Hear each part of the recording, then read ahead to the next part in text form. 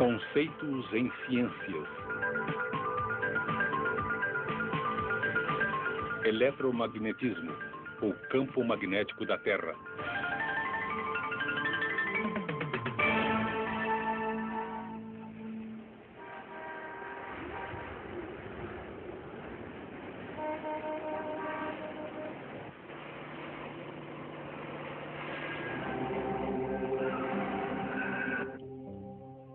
Neutralizando todos os campos magnéticos, seres de outros planetas poderiam parar toda uma cidade.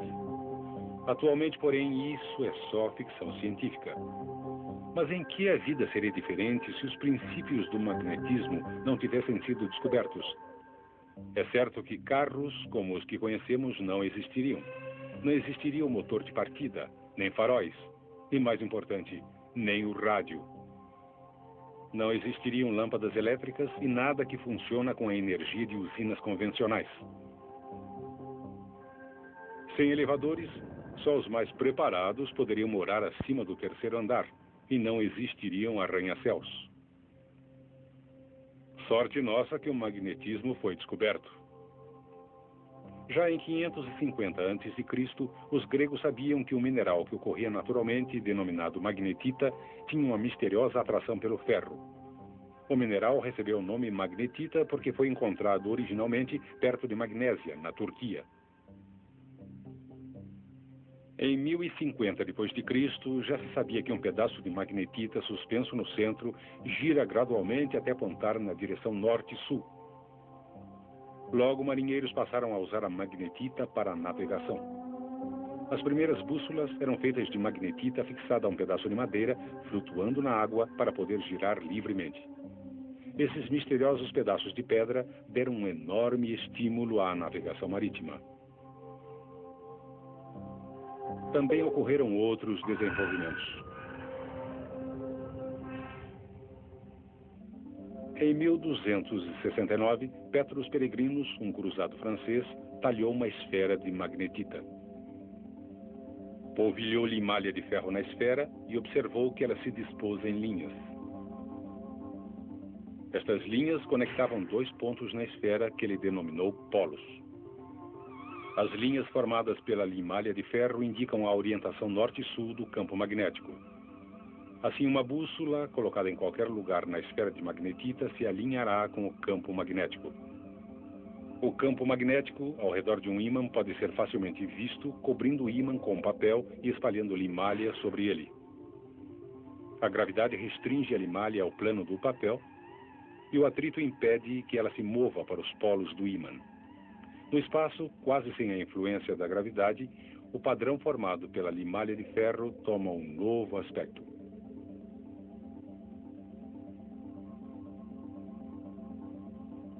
A verdadeira natureza tridimensional do campo se torna claramente evidente.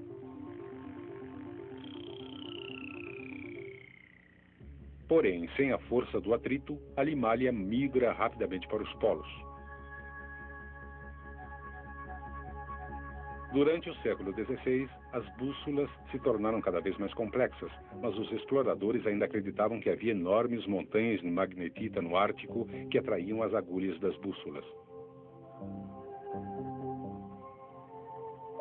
Em 1600, William Gilbert, cientista inglês, concluiu que todo o planeta era um enorme ímã com um vasto campo magnético estendendo-se entre dois polos. Mas qual polo magnético deveria estar no topo do globo? Sabemos que o polo norte de uma bússola aponta para o norte. E também sabemos que os polos opostos se atraem. Portanto, como o polo magnético no Ártico atrai o polo norte de um ímã, o polo ártico deve ser de fato um polo sul. E o polo magnético antártico, um polo norte.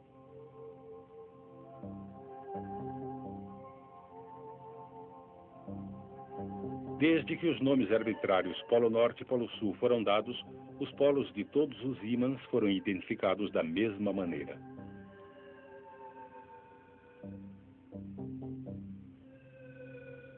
Por esse motivo, o polo ártico da Terra é considerado o polo sul de um ímã. Em outras experiências, Gilbert aqueceu um ímã até ficar vermelho e descobriu que ele perdeu suas propriedades magnéticas. Com seu núcleo fundido, o interior da Terra também é extremamente quente e, portanto, sabemos que ele não funciona como um grande ímã. Mas sabemos que os polos magnéticos certamente existem. Diz uma teoria que é o núcleo de ferro líquido eletricamente condutor que gira em relação ao manto, que causa o campo magnético norte e sul da Terra.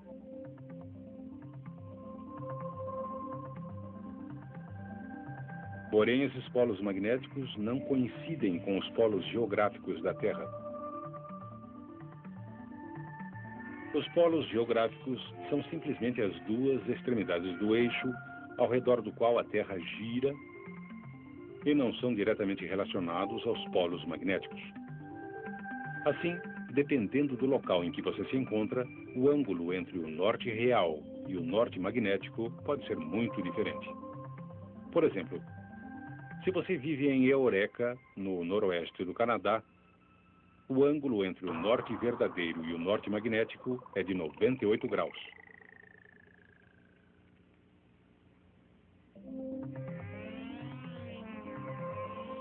Viajando para o oeste, Cristóvão Colombo foi o primeiro a notar pequenas variações nas indicações da bússola em locais diferentes. Ele determinou o sentido norte usando o Sol e as estrelas. E então comparou com o sentido da sua bússola. Para sua surpresa, verificou que em um período de vários dias, a variação entre as indicações da bússola e as estrelas mudava gradualmente. Porém, temendo que seus homens quisessem voltar, Colombo nada lhes contou sobre esta observação. O ângulo entre o norte magnético e o norte verdadeiro é conhecido por declinação magnética. Em Toronto, Canadá, a declinação magnética é de 9 graus a oeste do norte. Em Churchill, também no Canadá, a declinação é de 0 graus, porque uma linha que passa através do polo magnético e do polo geográfico também passa através de Churchill.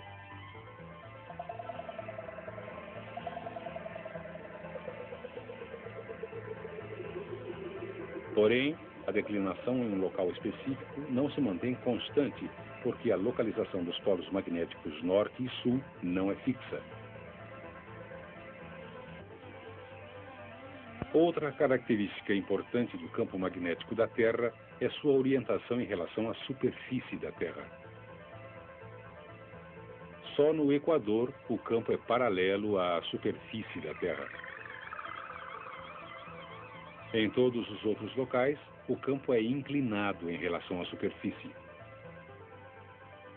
O ângulo entre a superfície da Terra e o campo magnético é chamado ângulo de inclinação. O ângulo de inclinação é medido com uma bússola especial denominada bússola de inclinação, que permite que a agulha gire verticalmente. Exatamente nos polos magnéticos, o campo é perpendicular à superfície.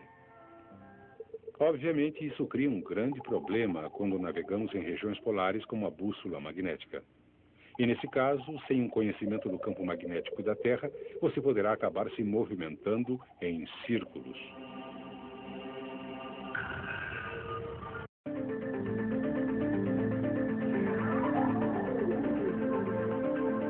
Conceitos em ciências. Eletromagnetismo. Magnetismo e movimento de elétrons. É muito gostoso pescar. A neblina, porém, faz o entusiasmo diminuir. Não se desespere. A sua bússola funciona com chuva, granizo e até com neblina. A menos é lógico que exista alguma coisa agindo sobre a bússola. E nesse caso, você poderá ter uma grande surpresa.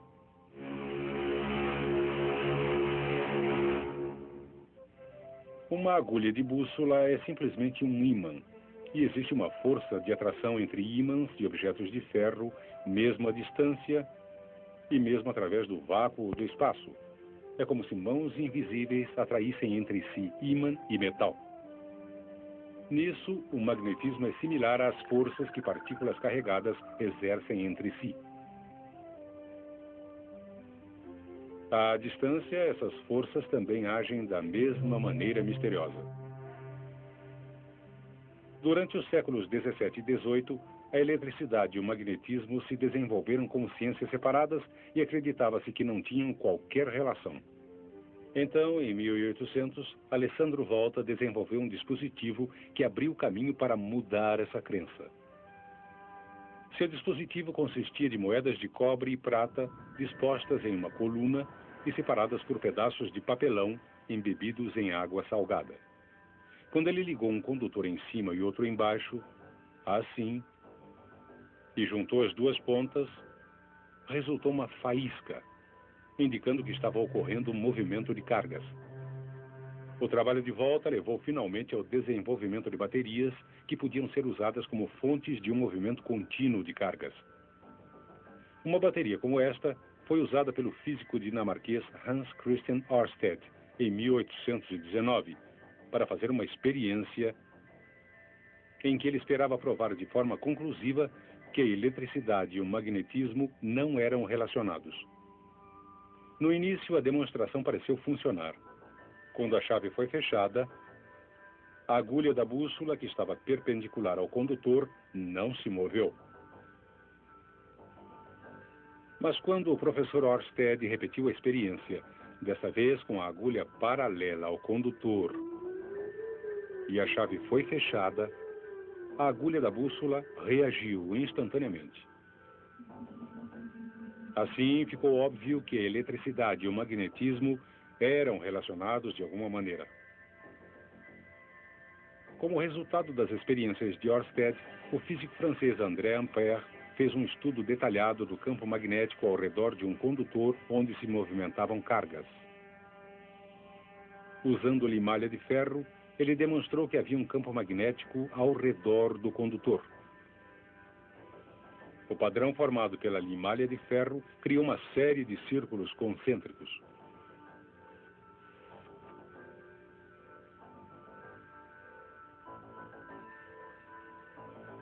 Dependendo de como os elétrons carregados negativamente se movimentam no condutor, o campo magnético ao redor do condutor estará em um dos dois sentidos. Quando os elétrons se movimentam dessa maneira, o campo magnético ao redor do condutor está nesse sentido. A inversão do movimento dos elétrons não afeta a forma do campo, mas somente o seu sentido. Ao inverter o movimento dos elétrons através do condutor, o sentido do campo magnético também será invertido. Nossa mão esquerda nos dá um método conveniente de prever corretamente a relação entre o sentido do campo magnético ao redor do condutor e o sentido do movimento de elétrons através do condutor. Essa é a regra da mão esquerda para condutores. Diz ela que se a mão esquerda for colocada ao redor de um condutor, com o polegar indicando o sentido do movimento dos elétrons, os dedos encurvados indicarão o sentido do campo magnético. Quando a corrente é invertida, o polegar deve indicar o sentido oposto. Agora, os dedos apontando para o outro lado indicam o novo sentido do campo magnético. Naturalmente, se o movimento de cargas for interrompido, o campo magnético desaparece imediatamente. O que acontece com o formato geral do campo magnético se o condutor for encurvado, formando uma espira? Vamos novamente ligar a corrente e observar. Se aplicarmos a regra da mão esquerda em pontos diferentes ao longo do condutor, podemos mapear o campo magnético ao redor da espira. Notem que o formato do campo parece uma rosca. Mas se adicionarmos diversas espiras iguais, a figura resultante é denominada hélice ou bobina. Observando esta bobina em seção transversal, vamos representar os elétrons que se afastam de nós por x's. E aqui embaixo, os elétrons que se aproximam de nós por pontos.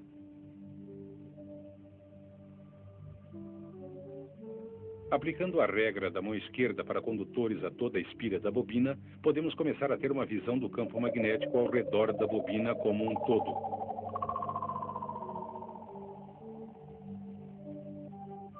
Como a distância entre as espiras da bobina é muito pequena, poderíamos pensar que os campos iriam se sobrepor, assim. Mas não é o que acontece. Os campos magnéticos não se superpõem. O que acontece é que o campo de uma interage com o campo da outra para produzir um campo combinado, como este. Se examinarmos a área entre duas das espiras, podemos ver que dois campos que interagem, na verdade, se cancelam. Essa interação de campos ocorre entre cada uma das espiras da bobina, resultando um campo geral que envolve as espiras e parece uma oval um pouco achatada.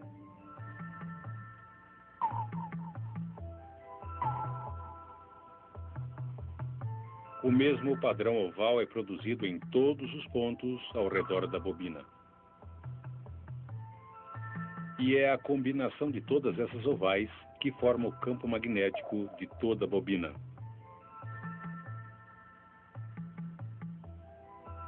Como o sentido de campo de toda a oval é o mesmo, o cancelamento não ocorre no centro da bobina. E essa parte do campo é muito forte. Também não ocorre cancelamento fora da bobina, mas como o campo é espalhado, ele é muito mais fraco nessa região.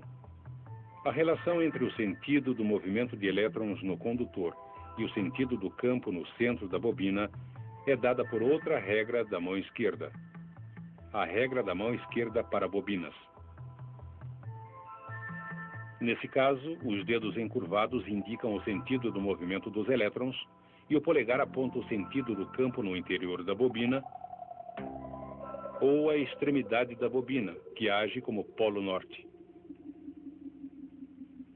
Os dedos encurvados mostram o sentido da corrente e o polegar aponta para o norte.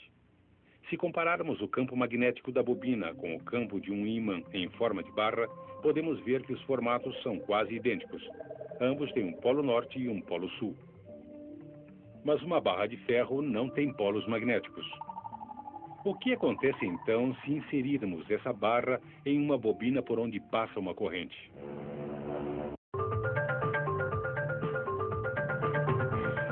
Conceitos em ciências.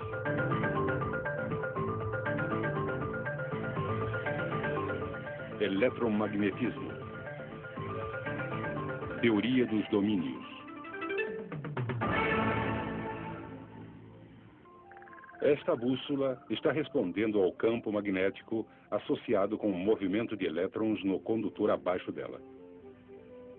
A regra da mão esquerda para condutores mostra a relação entre o movimento de elétrons e o sentido do campo magnético.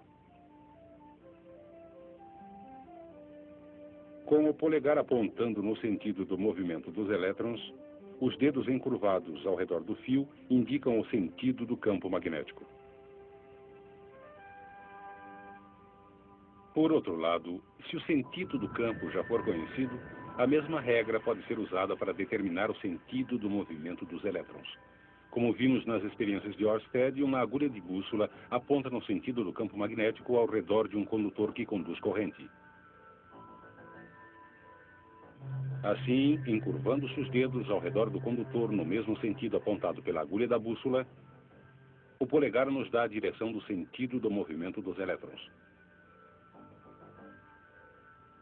Quando um condutor que conduz corrente é enrolado na forma de uma bobina, a bobina funciona como um ímã em forma de barra com um polo norte e um polo sul. A regra da mão esquerda para bobinas é usada para determinar qual extremidade da bobina é o polo norte. Com os dedos encurvados no sentido do fluxo dos elétrons, o polegar aponta para a extremidade norte da bobina. Como o campo ao redor da bobina é similar ao campo ao redor de um ímã em forma de barra, a bobina também pode ser usada para atrair objetos de ferro. Embora a bobina seja um ímã, ela é fraca demais para atrair muita coisa. Mas, se for inserido um núcleo de ferro na bobina, a intensidade do campo magnético aumenta muito e a combinação entre bobina e núcleo se torna um eletroímã. Esse potente eletroímã pode ser usado para atrair uma grande variedade de coisas.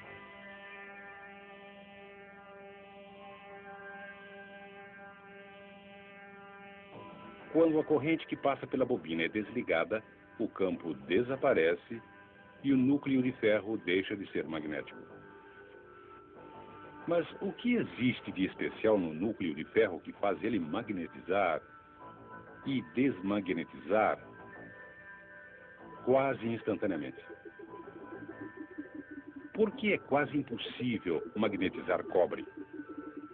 E por que metais como o aço, uma vez magnetizados, retêm seu magnetismo por muito tempo depois que a corrente é desligada? Para as respostas, temos que observar mais atentamente um átomo típico. Quase todo o átomo consiste de espaço vazio. Sua massa é concentrada em um pequeno núcleo carregado positivamente. Girando ao redor do núcleo, encontram-se minúsculas partículas carregadas negativamente, denominadas elétrons. Para seguir seu movimento, vamos representar as trajetórias dos elétrons por órbitas circulares. O movimento de um elétron ao redor do núcleo é muito parecido com o movimento de um elétron através de uma única espira de fio em uma bobina.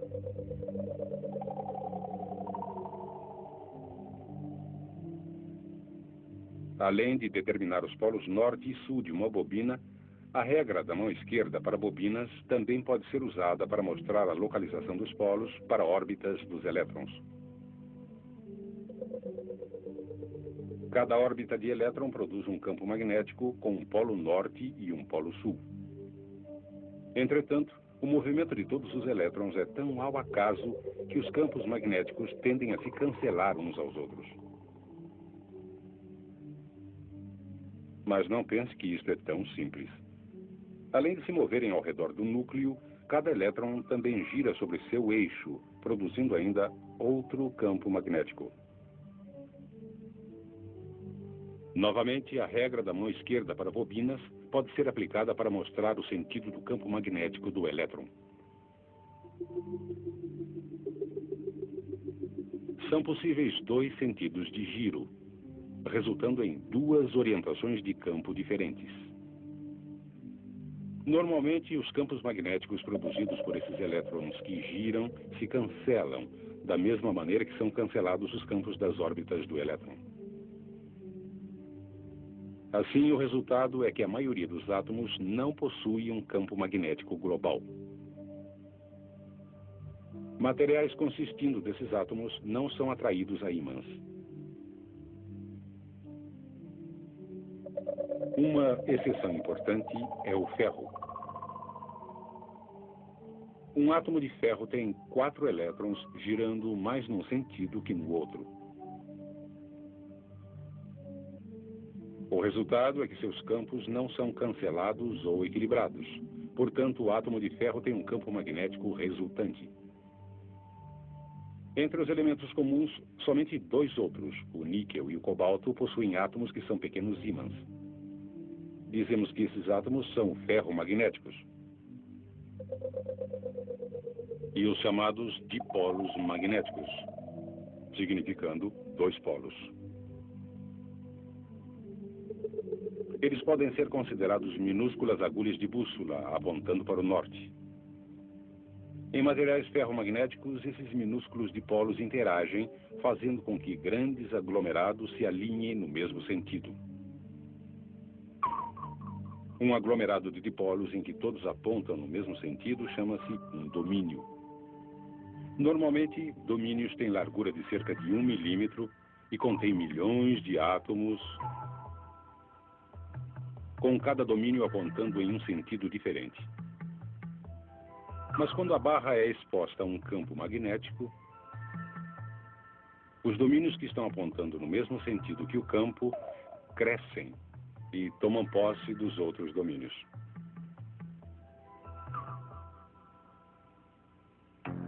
O núcleo agora possui um campo que é consideravelmente mais forte que o campo original da bobina.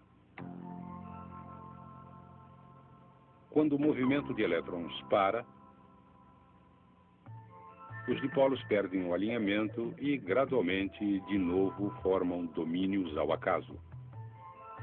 Mas, com o aço, os resultados são diferentes. Os átomos de carbono adicionados ao ferro para fazer o aço impedem que os átomos de ferro voltem a posições ao acaso quando a corrente é desligada. O resultado é que a barra de aço permanece magnetizada. Se a barra for quebrada, o alinhamento dos domínios permanece o mesmo em cada metade. E assim, cada pedaço passa a ser um ímã com dois polos. Se batermos repetidamente em um ímã, os domínios podem gradualmente sair de seu alinhamento. Aquecer um ímã a alta temperatura também faz os átomos saírem do alinhamento, transformando o ímã em uma barra de aço comum. Quando o metal resfria, os átomos formam um conjunto de domínios ao acaso. Mas, se a barra de aço quente for colocada em um campo magnético potente e depois resfriada, os domínios formam novamente um alinhamento forte e uniforme no sentido do campo magnético. Agora, quando a corrente é desligada, os domínios permanecem alinhados e a barra de aço se torna de novo um ímã permanente. Mas o que acontecerá se colocarmos um condutor que conduz corrente em um ímã? A resposta encontra-se no princípio do motor.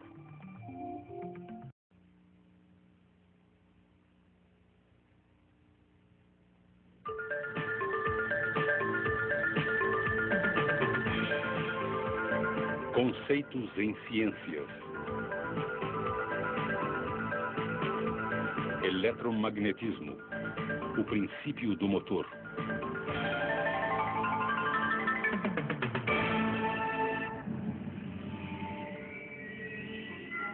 O ano é 2010. E na base lunar Alfa está sendo preparado um embarque de suprimentos para uma colônia em Titã. Os suprimentos foram carregados em uma cápsula especial que está entre um par de trilhos. Um computador liga uma chave e acelera uma cápsula rapidamente ao longo dos trilhos. A força que acelera a cápsula foi observada pela primeira vez pelo físico francês André Ampère, em 1820. Ele observou que quando as correntes de dois condutores paralelos eram no mesmo sentido, os condutores se atraíam. Mas quando as correntes eram em sentidos opostos, os condutores se repeliam.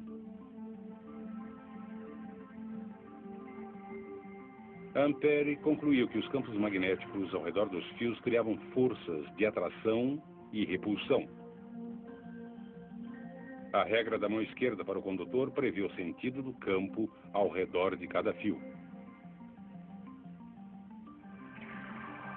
Quando os campos entre os fios estão no mesmo sentido, para ambos os fios, ocorre repulsão. Essa repulsão é similar ao que ocorre quando dois ímãs em forma de barra são colocados lado a lado, de maneira que o campo de um ímã esteja no mesmo sentido que o campo do outro. Quando o movimento de elétrons nos dois fios é no mesmo sentido, no espaço entre os fios, o campo produzido por um fio tem sentido oposto ao campo produzido pelo outro.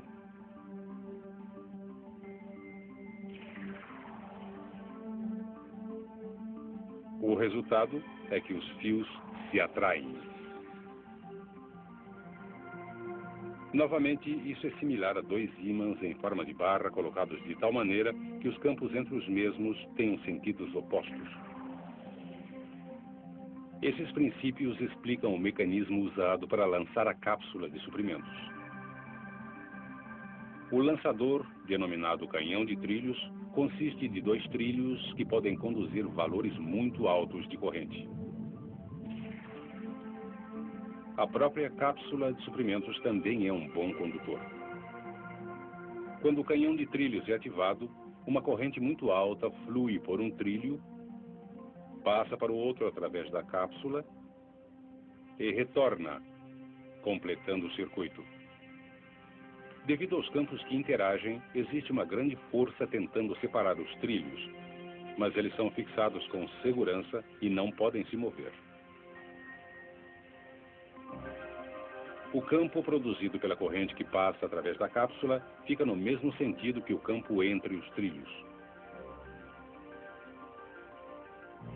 Isso resulta em uma força repulsiva que empurra a cápsula. E como a cápsula não é fixa, a força que atua na mesma pode impulsioná-la ao longo dos trilhos a uma velocidade cada vez maior.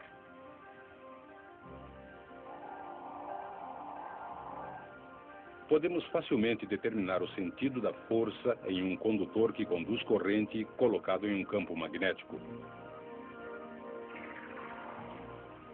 Se o fluxo dos elétrons for nesse sentido, o campo produzido ao redor do condutor irá interagir com o campo produzido pelos ímãs.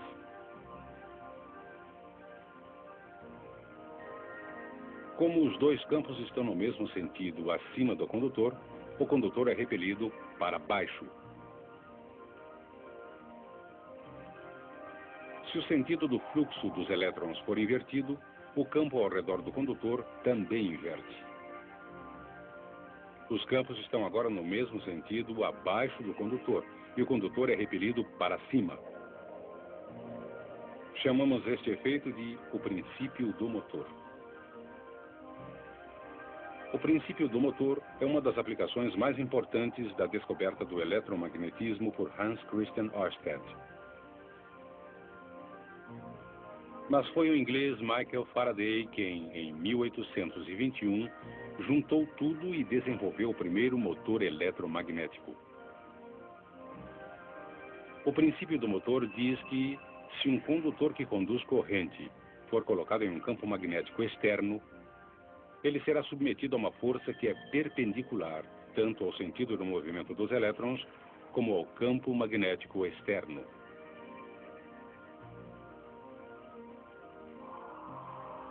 Determinamos o sentido da força pela regra da mão esquerda para a força. Isto é, se o polegar apontar no sentido do fluxo dos elétrons e os dedos apontarem no sentido do campo magnético externo, uma seta imaginária saindo da palma da mão indica o sentido da força exercida sobre o condutor.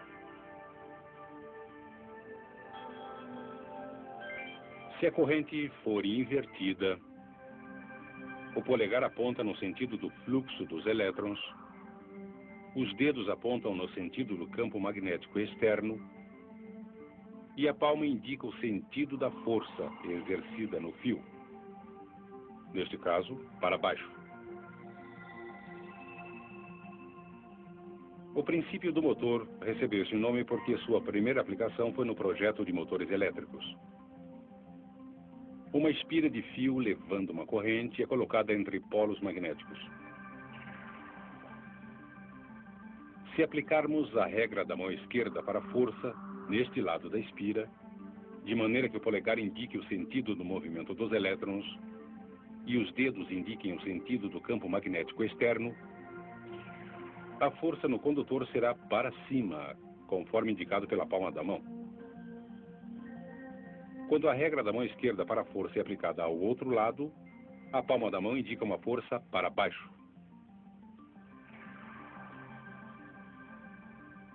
Essas duas forças farão com que a espira gire ao redor de um eixo, até que a espira esteja vertical. Se Se ele girar passando a vertical, essas mesmas forças irão interromper a rotação e retornar a espira à posição vertical.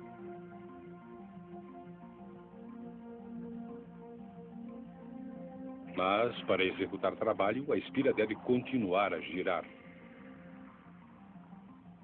Podemos fazer isso com facilidade, dirigindo o movimento dos elétrons por um anel dividido, chamado comutador, que está em contato com escovas de grafite.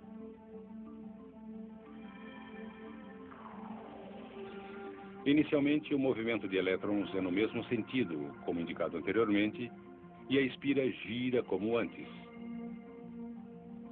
Mas assim que a espira passa pelo plano vertical, o comutador faz com que o movimento de elétrons se inverta.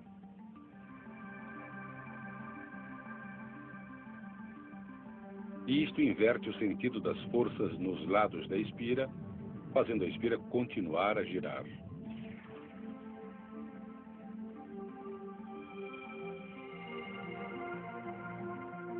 O comutador de anel dividido inverte o movimento de elétrons na espira a cada meia rotação, exatamente no instante em que é necessário manter a espira em rotação. Normalmente, usamos energia elétrica para fazer o motor funcionar. Mas poderíamos usar o motor para produzir energia elétrica?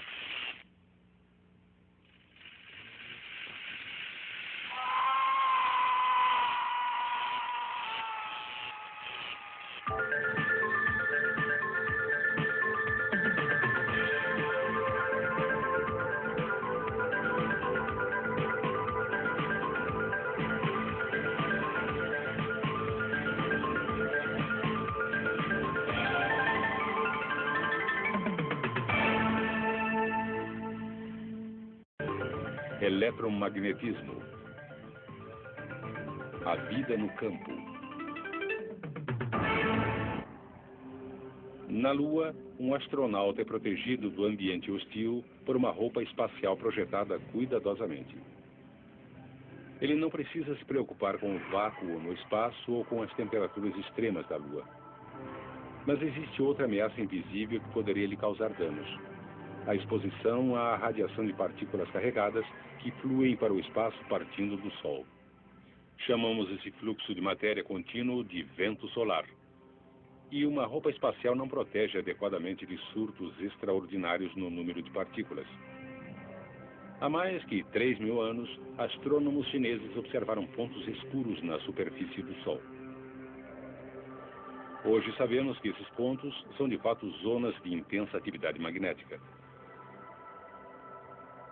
Manchas solares como esta geram outras atividades solares como labaredas e protuberâncias, penachos escaldantes de gás brilhante que às vezes chegam a mais de 150.000 quilômetros acima da superfície do Sol, ou 12 vezes o diâmetro da Terra. Cada erupção solar maciça impele um surto adicional de partículas carregadas para o espaço. Como partículas individuais levam até 2 dias para alcançar a Terra, um aumento no número de manchas e labaredas solares serve de sinal para os cientistas de que o vento solar vai se intensificar, tornando-se uma torrente de radiação mortal em nossa direção. Felizmente para toda a vida na Terra, o campo magnético que envolve nosso planeta nos protege desse perigo. Como? Lembre-se que um condutor levando cargas em movimento dentro de um campo magnético experimenta uma força que é perpendicular tanto ao campo quanto ao movimento das cargas. Essa força também estará presente esteja a carga se movimentando através de um condutor metálico ou livremente no espaço. Cada partícula carregada em movimento tem seu próprio campo magnético. O campo circular de uma partícula negativa é nesse sentido, fazendo com que os dois campos se reforcem aqui. O princípio do motor diz que essa repulsão empurra a partícula negativa para a esquerda. Entretanto, o vento solar consiste de partículas carregadas, tanto negativamente como positivamente, e seus campos magnéticos têm sentidos opostos. As partículas positivas defletem para o outro lado.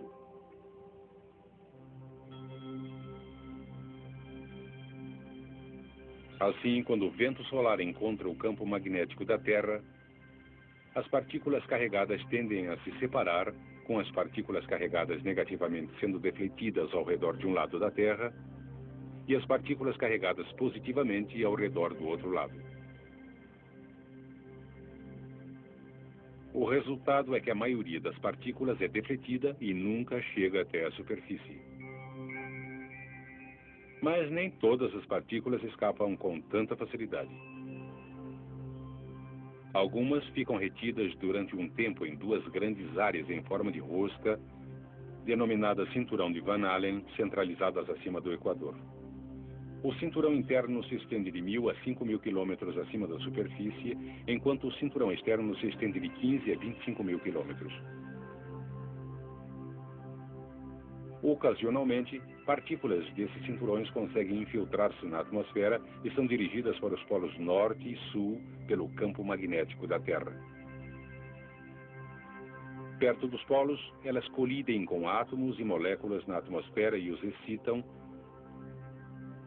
liberando excesso de energia na forma de luz.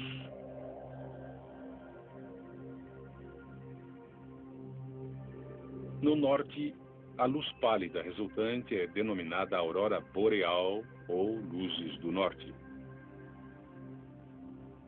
No sul, ela é chamada aurora austral. É interessante que cada vez que se vêem luzes do norte, elas também aparecem no sul.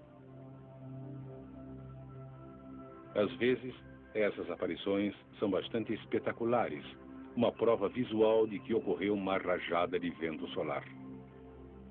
Essas rajadas, que são consequência de manchas solares e outras atividades do Sol, ocorrem em ciclos.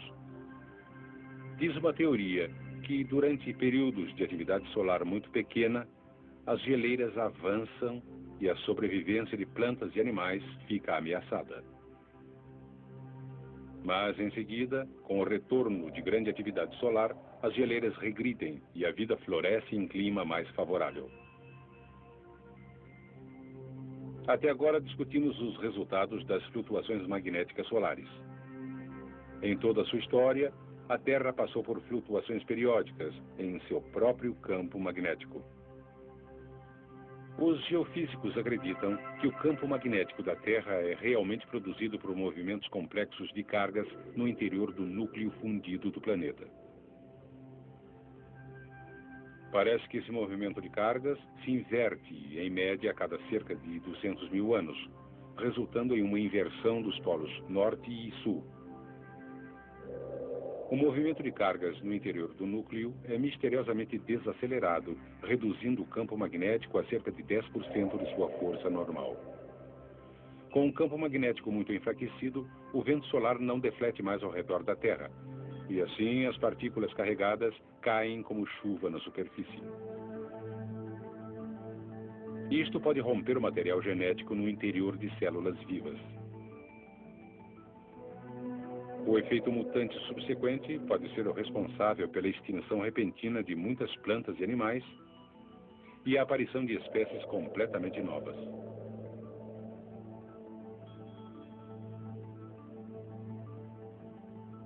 Então, o campo magnético enfraquecido se perde e retorna à máxima intensidade. Algumas poucas espécies realmente se desenvolveram com a capacidade extraordinária de tirar partido do campo magnético da Terra. Por exemplo, usam o Sol para a navegação.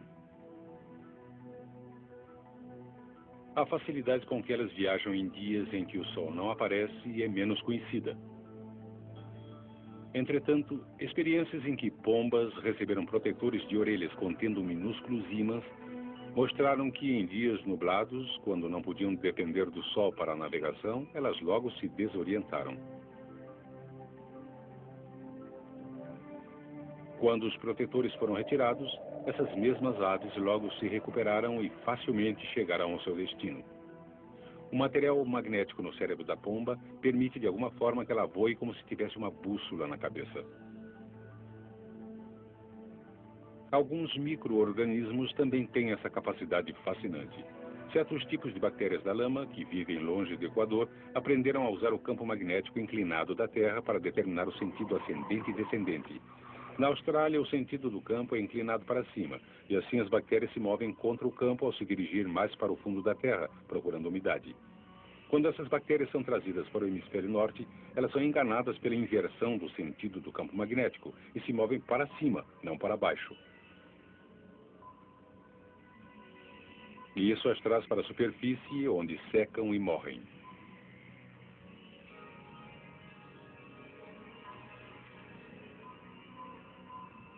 Foi a presença de um campo magnético que ajudou a Terra a se tornar um planeta agradável para seres humanos e outros organismos. E foi a compreensão do magnetismo que permitiu a uns poucos corajosos se aventurar a explorar a face desconhecida da Terra.